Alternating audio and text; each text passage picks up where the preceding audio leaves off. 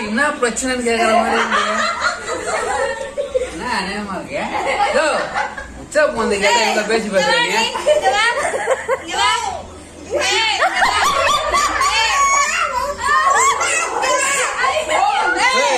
என்ன கோவம் வருது